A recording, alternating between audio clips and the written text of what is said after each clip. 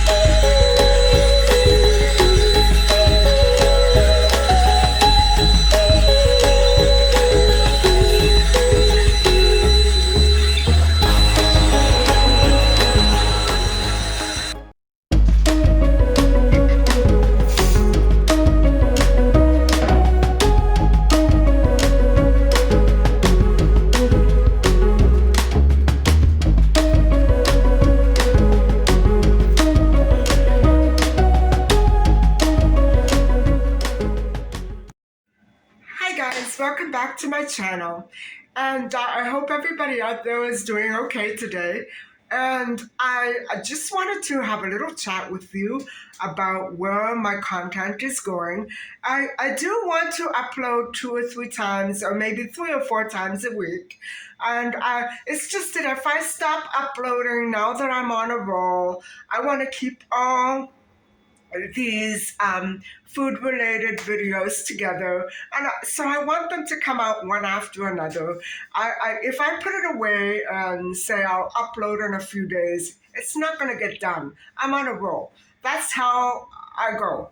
That's how I roll, and that's how I rock. So excuse all the food content and all the health content, but I like it, and it's part of my New Year's resolution. And I think I'm getting there. I think I'm finally understanding that I can't have popcorn flavored from the store every other night of the week. I can't do that. It's not good for me. Okay. I'm ready to learn something else too. But yesterday, we looked at vitamin A and vitamin B12, and we looked at zinc. So today, I thought we would look at another vitamin and a few more minerals. So, starting with vitamin D, I think if we can imagine a group of cells, which are incidentally called sequesteroids, um, we can sort of imagine them forming a ring and starting to begin a cutting process when the food hits the intestines. It's part of the digestion process. So yeah, that's a good way to try to imagine the function of vitamin D. And so vitamin D is a group. It's a cluster of fat-soluble compounds called sequesteroids. And these sequesteroids increase the intestinal absorption of calcium, magnesium, and phosphate. And so when the food hits your stomach, the cutting process begins, and that cutting process really it sort of breaks the ring. And if you can imagine the origin of the word saccare, it means to cut. And so that's where these compounds or cells get their name from, saccasteroids.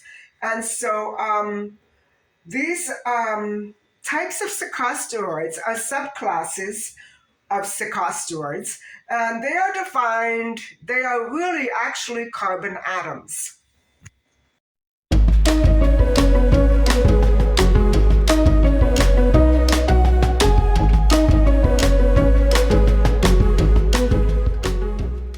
And so these saccasteroids become parent steroids of other cells, and that's what happens when the cutting begins. They all separate, and they each have been derived from a parent or a family of other saccasteroids. And so in humans, these compounds are vitamin D3, which is cholecalciferol, and vitamin D2, which is ergocalciferol. Whew.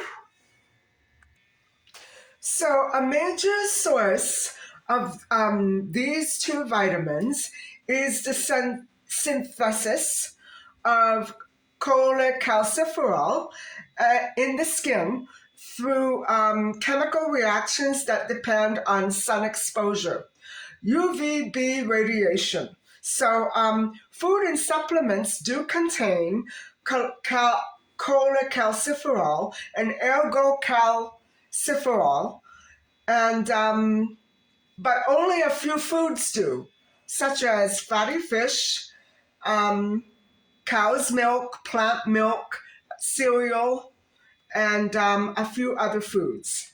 And so, for instance, cereals that are fortified with vitamin D. So, mushrooms that are exposed to ultraviolet light they also contain vitamin D2. And so, sun exposure is supposed to be risky, even though it does bring out this vitamin D. It's a link to skin cancer, so that's too bad. So vitamin D from the diet that you have or from skin synthesis is biologically inactive, and so it is activated by an enzyme called hydroxylation, and that occurs in the liver and in the kidneys. And so, because vitamin D is synthesized with sunlight, it it is not an essential. It's not considered an essential vitamin, and therefore it becomes a hormone activated by the vitamin D prohormone, which results in calcitriol, and that produces effects via a nuclear receptor in multiple parts of your body.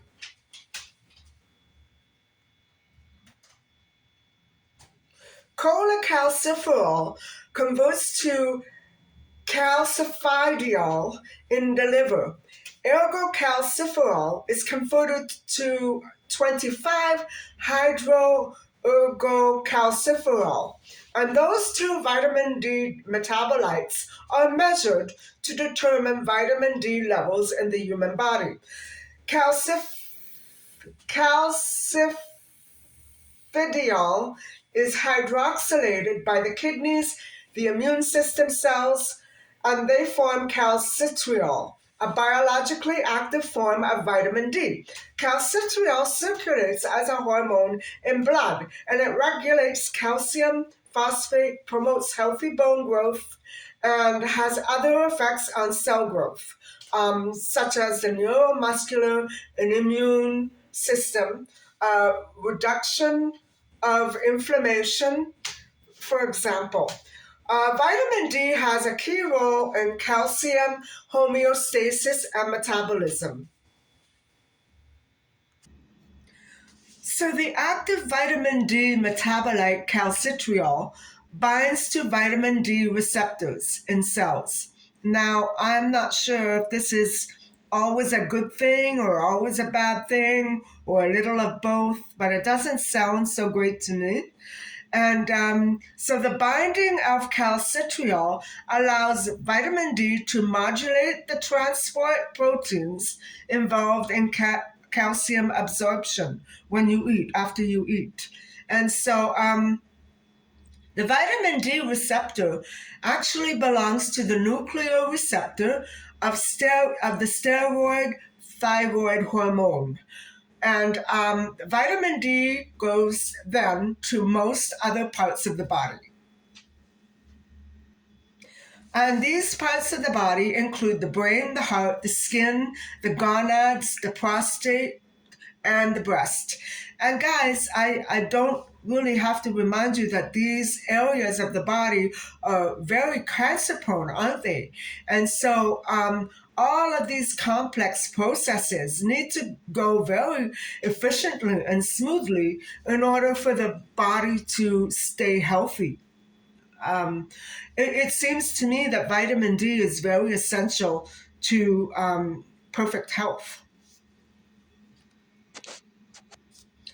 Vitamin D activation in the intestine, bone, kidney, and parathyroid glands maintains calcium and phosphorus levels in the blood and its bone content. So I guess they're talking about bone marrow.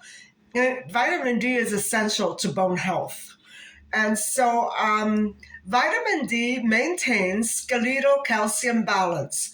It promotes calcium absorption in the intestines and bone resorption by increasing the osteoclast number and maintains calcium and phosphate levels for bone formation, healthy bone formation.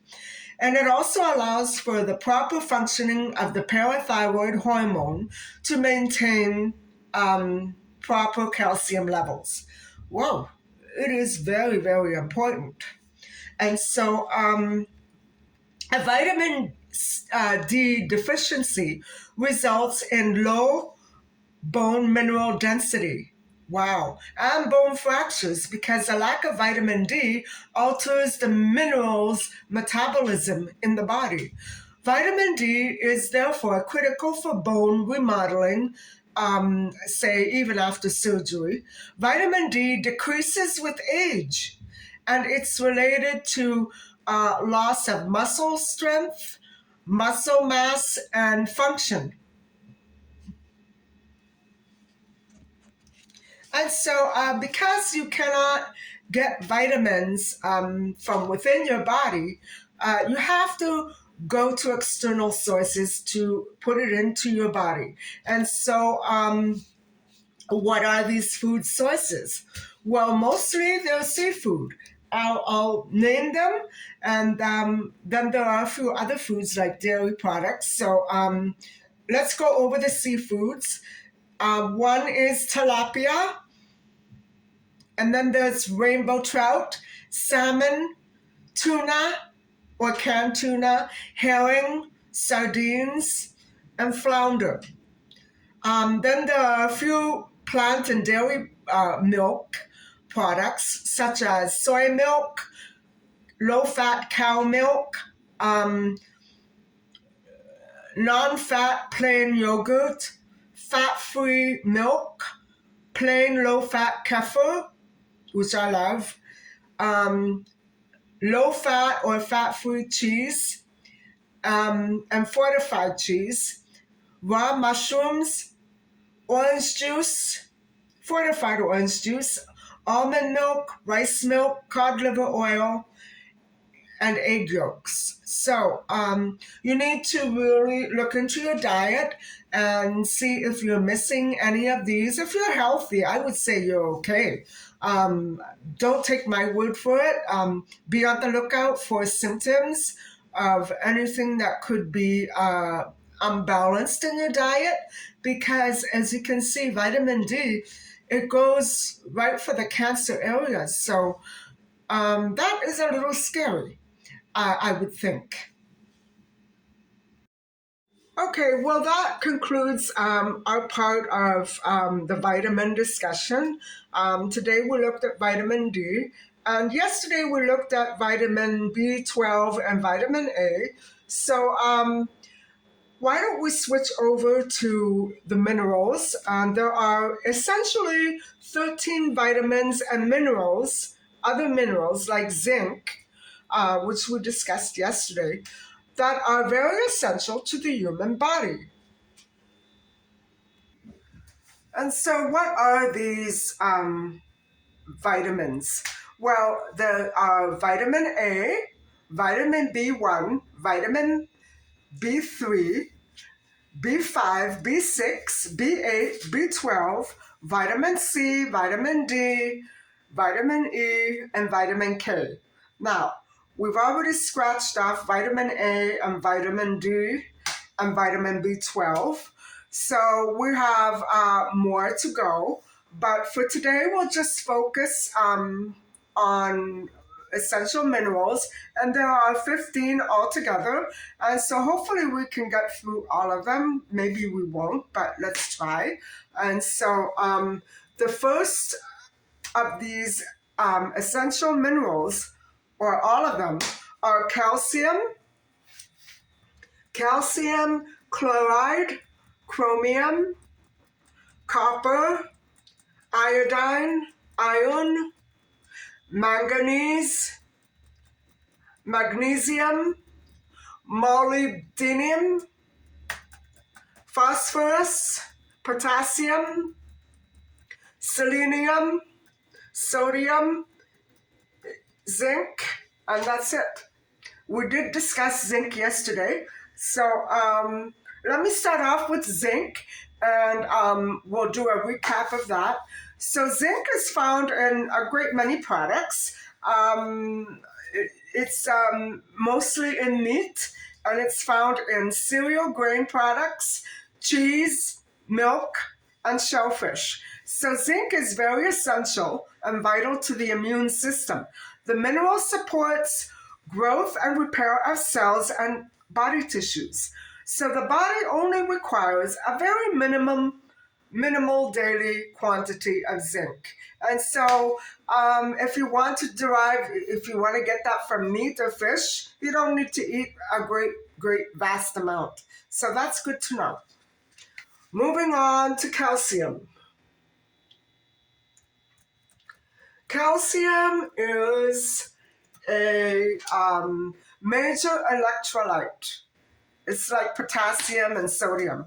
And a large proportion of people do not consume enough calcium. And that would probably be because, for the most part, calcium is not considered to be a necessary mineral for adults, only for children. And so we have to straighten that out.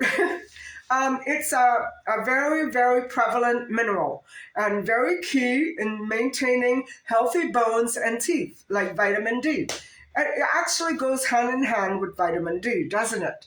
So this mineral supports blood clotting and muscle contraction and nerve impulses. So if you're the type of person who goes through a lot of muscle contractions, you need to look at your calcium intake and see if there's something there that can be fixed.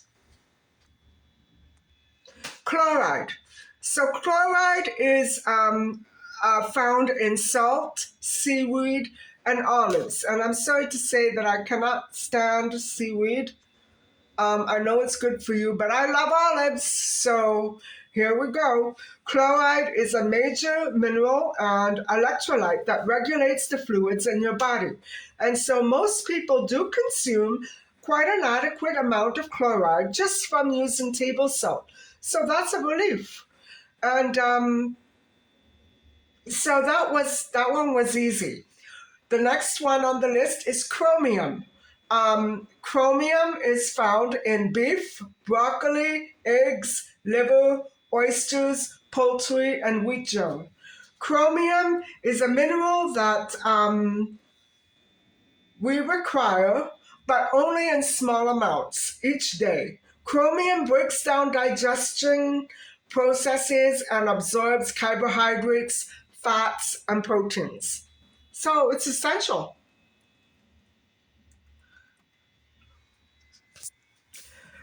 Cobalt.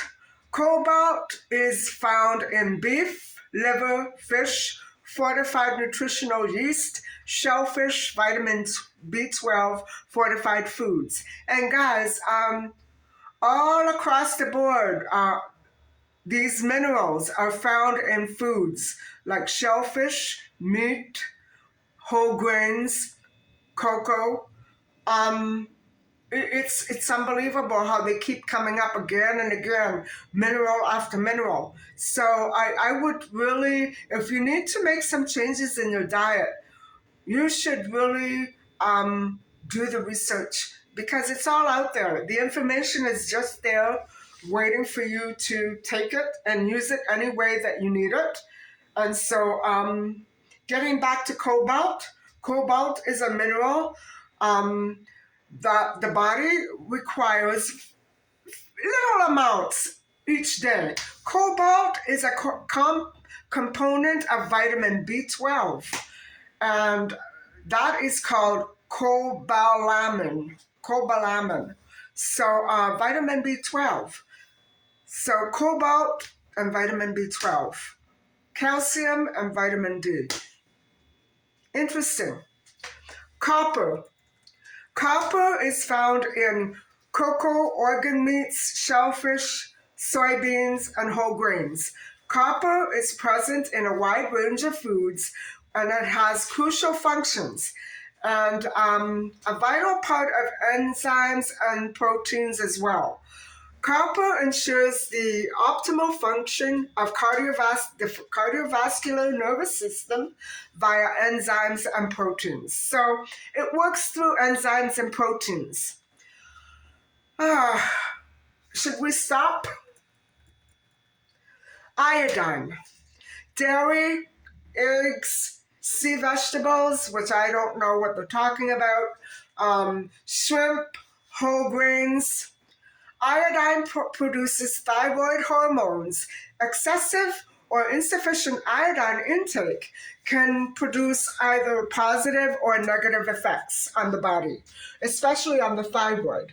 And so there are millions, probably 2 billion people walking around the earth that don't have sufficient iodine intake in their diets, from the diets. Iron. And iron comes from animal foods and plant foods. Both sources are very good for iron, but animal iron is much more reliable and bioavailable if the intake is not that great. So, a sufficient intake of iron is very vital for the blood, the hemoglobin, a compound that carries oxygen within the blood. So, inadequate intake carries a risk of iron deficiency anemia. Wow. Manganese. Manganese is found in whole grains, legumes, nuts, potatoes, and shellfish. It is an essential mineral required in very low amounts, and it is prevalent in food, plant, and animal-based foods. Manganese is a cofactor for several important enzymes, including superoxide dismutase, and arginase. Superoxide dismutase is an enzyme located in the body's mitochondria, and that protects against oxidative damage. Manganese plays a very big role in the antioxidant defense system. Manganese also metabolizes glucose and fatty acids in the body. Wow, I'm impressed. Magnesium in almonds, cocoa, leafy greens, and pumpkin seeds. Magnesium is a major electrolyte mineral, and four of the nutrients that raise concern for inadequate intake. Magnesium has important functions, including formation and maintenance of healthy bone tissue, adequate levels of magnesium for cardiovascular health. Okay, molybdenum, that's another mineral. Molybdenum. Dairy, leafy greens, legumes, liver, whole grains. This is a lesser known mineral and vital to human health. It is part of several vitamin enzymes as sulfite oxidase and nitrogenase. I never heard of that. Phosphorus, found in beef, cashews, cheese, milk, yogurt, fish, and lentils. Phosphorus is a major mineral and a component of bone health.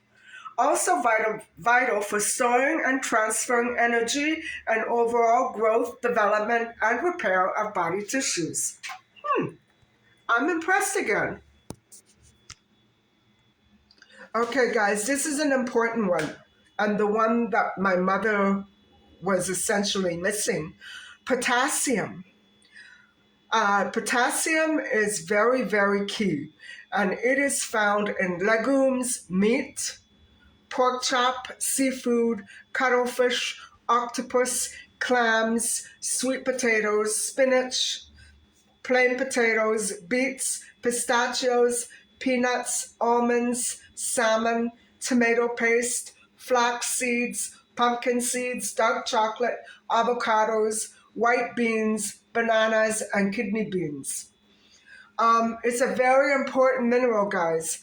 It's a major essential mineral and electrolyte that plays a critical role in determining fluid balance in the body.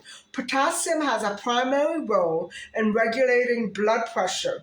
Wow. And my mom's was always low. Higher intakes of potassium to sodium result in lower blood pressure. The body needs potassium in very high amounts. And so it's not always, easy to get, even though it's present in a lot of foods. Selenium, Brazil nuts, grains, meat, mushrooms, seafood. Selenium is an essential mineral that forms an integral part of several antioxidant enzymes and proteins. Adequate selenium levels reduce oxidative stress. Selenium is essential for thyroid hormone metabolism. Sodium, bread, cheese, chips, cured meat, packaged foods, salt, everything that's bad for you. All right, everybody, let's go out and buy some junk food. Alongside potassium, sodium is an electrolyte mineral that determines the fluid balances in the body. Wow. And so that's it, guys. We've come to the final end of the list. And so I really hope that you can take something away from this. And I wonder just how many people are out there struggling with their little quirks and issues with their health and their body, little aches and pains, and even if it's a minor tweak, hopefully not something that can get out of hand and grow into something very huge and unmanageable. Um, I know that I suffered all last winter with stomach issues, and it was all related to something bacterial.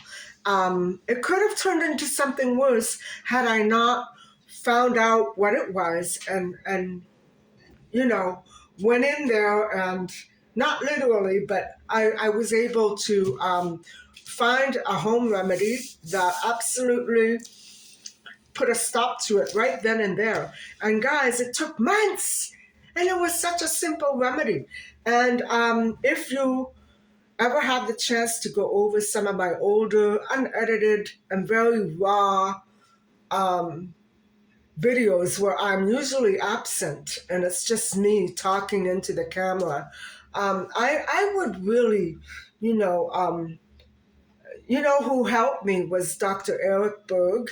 Um, even though I never reached out to him, magically one of his videos popped up in front of me one day and I was able to put an end to it. Can you imagine finding the solution to all your problems on YouTube? Well, miracles can happen then, you know. Um, but I feel much better now. And from then on, I also found the starch solution.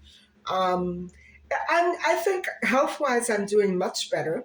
And I really want to watch my intake and see that I'm getting the proper amounts of vitamin D and zinc, vitamin B12. Those are important. And also the minerals like potassium, and calcium and things like that. I really have to make sure that I include all those things that I'm not getting enough of. And this is going to require a lot of soul searching for me. And so, everybody, I really hope that you were able to take something away from this video. I want to help you. I'm also trying to help myself because it's my New Year's resolution to change the way I'm eating and stop bringing home all those flavored popcorns and challenging myself into figuring out how many I can eat in a week. I don't want to do that anymore. Although they weren't potato chips, it's still pretty bad for you. All that powdered flavoring. Oh, you don't know what's in them. So I'm glad that I quit doing that. For me, once a week is enough. And I've cut down to one a week. What can I say? But I really, I don't know if I hope that this fad lasts for me because um, if I get out of it and I go back to my other ways of eating ice cream and cold cuts, I'm a goner. I won't feel good either. So I'm not trying to preach or criticize anybody. Just look to yourself and see and determine how you feel. Don't think just because I'm uploading a video on vitamins and minerals, you all have to run out and, start buying this and that and taking this and that and getting those foods. Go by how you feel. So, guys, I thank you so much for watching. I really hope that I have helped you, and you don't have to leave comments all the time if you're pressed for time, but I do love it when you do. I really love reading the comments and answering, and I also like going back to your channels and visiting you there. I'm finding more of you every day, and I love your channels. So it really helps pass the time of a really cold winter's day. And, thank you so much for watching. And please don't forget to like and subscribe. Bye for now.